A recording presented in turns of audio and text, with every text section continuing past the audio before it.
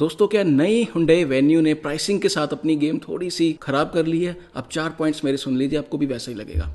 Viewers, सबसे पहला point, the focus is on 1.0 turbocharged engine, जो ऑब्वियसली हर ब्रांड को उस तरफ जाना होगा because of the emission norms. अब इसमें मसला क्या है कि टर्बोचार्ज्ड इंजन कभी भी Hyundai की स्ट्रेंथ जो है वो नहीं रही है in numbers. I am not talking about the tech. तो इसमें क्या है, जिसको टर्बोचार्ज्ड इंजन समझ में आता है उसको already 3XO and Skoda Kailak particularly because of the platform and the reputation of dynamics, उनको ऑलरेडी टर्बोचार्ज्ड इंजन उन कार्स में थोड़ा सा बेहतर समझ में आता है। तो Hyundai के लिए थोड़ा सा मुश्किल होगा to pull that customer towards Venue because the pricing is slightly off. Viewers, दूसरा, नेचुरली एस्पिरेटेड में साफ दिख रहा है कि आपने ज्यादा फोकस नहीं किया, और अगेन इसमें जो Brezza है 1500 सीसी नेचुरली एस्पिरेटेड के साथ, उसके लिए आपने मार्केट बिल्कुल खुली छोड़ दी है। और एक कॉमन कस्टमर जिसको no nonsense 1500 CC naturally aspirated चाहिए विद प्रॉपर ऑटोमेटिक, तो वो वाला कस्टमर आपने बिल्कुल भी टारगेट नहीं किया। वो अभी भी Brezza की तरफ ही जाएगा, आपके 1.2 की तरफ जो आप Hyundai i20 में भी दे रहे हो उसकी तरफ शायद